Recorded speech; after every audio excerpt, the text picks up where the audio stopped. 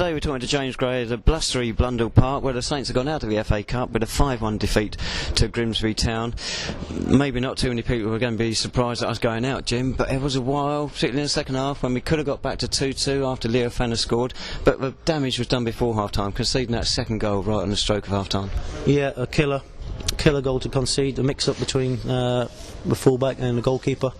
Like I say, I would have took 1-0 at half-time. There wasn't a lot in the game, to be honest. I thought we started quite brightly and they weren't peppering us, but that was a real body blow. And then obviously again to get back into the game and concede another sloppy individual error, it definitely knocked the stuffing out of us, and we were always chasing from then on. Well, Louis got that goal, terrific strike, one of the best ones I've seen us score in the competition proper. Of course, a minute later he had another chance, but he divvied on it a bit, then sliced it well wide, and that came at a time when we were pressing. But they, as you say, they got that third goal shortly after. Yeah, we were probably in charge a little bit there. I think he's tried to do the same thing where he's chopped in on his right foot for the shot, where maybe if he watches it back he may have gone on his left side, but that is his weaker side, so you can't blame him for that. But what a superb finish, you know. He's chopped in there and struck it right off the underside of the bar to really get us back in the game, and I really felt a momentum shift. We were on top and causing them problems, and they were wobbling a little bit. The third goal's killed us, Dave. It's a crap goal to give away. Late in the game, Grimsby showed maybe a superior standard and superior fitness, but they weren't that impressive in the first half, and that's not doing them down. They really didn't tear us apart in any way. No, I think the fitness levels of our boys could be better, but yeah, I think for them to be full time, we was always going to find it difficult, but we did match them. We matched them first half, but we knocked the ball around really nice. Although we didn't have a massive killer threat, but we wanted to try and keep it tight as long as possible. You know, there's nothing worse than coming to a place like this and conceding a goal early on. Their tails are up and you're really fighting against it, but I felt 3 or 4 times we had opportunities to clear the ball away before they scored the first goal, you know, and too many times today I don't think we did the right things in the right areas, and maybe that's the difference between the level they're at and the level of players that I've got here. It's the third interview you've already done since the end of the game, and the others you stressed the point about defensive errors costing us badly, which they did. One person I'd exclude from that, James Comrie. I thought he was outstanding yet again. Yeah, he was a cut above. I think that's his position now. We did think at one stage to put him centrally. We were going to change it for Lockie to put him centrally and get him driving from midfield, because he was bringing the ball out from defence. And then we scored the goal, which then changed our mind, you know, and we thought, well, we're on top now, let's give it a go. But yeah, I think I've said it many times, if you put Combs in there, in their back four, he wouldn't have looked out of place, and I do believe he can probably play higher.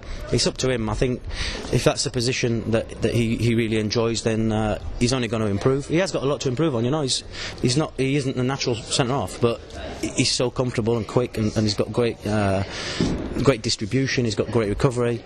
He needs to work aerially and get a little bit stronger. He'll need to work on his position. He'll probably need to work on his talking. You know, it's a big position, play centre half. But if he wants to do that and knuckle down, I don't see any reason why he can't move back up the pyramid and get back into football league, because there won't be many better players out there than him. But unfortunately, look in front of James, and there weren't many people who really stood out in the way that he did. Kevin Cran's non-existent first half, had a good spell in the second half, but not enough other players made a big impact on the game. Yeah, no, Kevin was trying to find little pockets in there.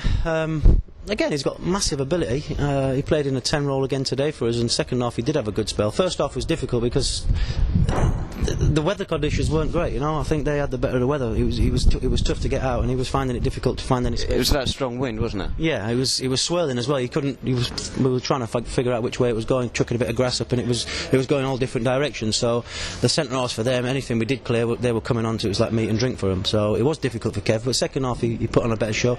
Just wanted to start seeing creating and scoring goals from that position now, because it is a position I really want to highlight, because Theopanis has scored for us today, Harry scored last week, but we're not getting enough goals from round the park, and if Kev can start chipping in with that, I think his performances have improved. As of Billy Gibson, I thought he had a half decent game again today.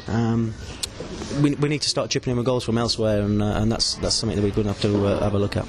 No point in getting down about this result, is it? Getting through to the first round of the FA Cup again, twice in 3 years under Ewan Graham. That's not a bad record, but that league position does need to improve quickly. Yeah, that's our main concern. You know, this is good for the fans, and it's good for the club to get some money, and it's good to get your name in the papers here and there. And we'll obviously have a couple of goals on highlights tonight on television as well. But it's food and drink.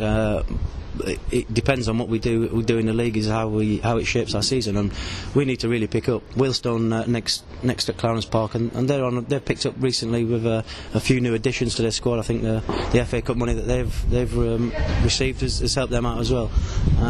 Maybe I'll have to speak to the chairman, because I want a little bit more quality. Like I said in one interview before, I think quality over quantity this season is what we wanted to do, and at the minute I'm having to leave a couple of players out. A couple of players have gone out on dual reg. There's players hunting the shirts down now, and that's for the first team players that have got the shirt at the minute. They've got to be wary of what's coming in behind, because I won't rest on things. If it's not going right for 2 or 3 more weeks, then obviously a lot is going to have to change. But I don't think anything's going to be any clearer until January, mid-January to end of January, and we've got a lot of fixtures in that time that we can plenty of time to pick up on. So we need to be patient, we need to stick together, and hopefully see us through a rough patch that we've had. But I said on I think one of my tweets, so in the group message with the staff this week, that up until today I think we'd only lost 2 in 11, so the form's picked up. Injuries, yeah, it tells its own story. You know, we're second from bottom, I ain't going to lie, but the form's picked up, and I do see in training, I see enough today again to think, you know what, some players are playing themselves into form, but some players are bang out of form, and once it all clicks and everybody comes together, I'm sure we'll be alright. But I'm not going to wait around forever, Dave. It's going to be in the next few weeks, or again I'll have to start looking around. Well, you will have to make changes anyway, because you've got 2 players in that side on loan. Yeah, but they're not there till they're there till mid-January, so that's pretty stable, you know. And then you never know. In January they could become available for permanence. I think Nunny's come in and he's been superb for us. Monty, you've got to find a way of getting the best out of Monty, and at the minute when you're struggling, he's not that kind of player. So I don't think it was a game for him today. We didn't have enough possession, and we couldn't get him free enough. But he's got enough quality. Monty, he's played this level. You know, he got promoted last season, so he'll come good. He may need to speak to me and sort of give me his idea of what his best position is and how we need to play to try and get a little bit more going through him, because he's got untold ability. But there's 2 or 3 players out there that have as well. So I'm not going to be too downbeat. You know, we come to Grimsby 5-1. I just said to the boys, you know, well, it's an improvement on last time because we got done 8. We've given the fans a goal. I'm disappointed that they haven't got a little bit more to cheer about, but like I say, we need to stick together. Well, it's a light start going out in their stand here at Blundell Park, and the fireworks going off in the background. What about a word about supporters? We had 117 here, a disappointing number, I think, but those that were here, they had a good day and made plenty of noise. Yeah, but it's sort of like the end of the world at the minute. The weather's absolutely disgusting. It's hammering down with rain. It was swirling winds. It's a 3.5 hour journey. I can see that, you know. It's not cheap watching St Albans week in, week out, especially going away from home. It's extra income on top. So if it's 117, there was a few complimentaries. A few of my family have come down, Graham's family. They wouldn't pay, would they, Jim? Your family?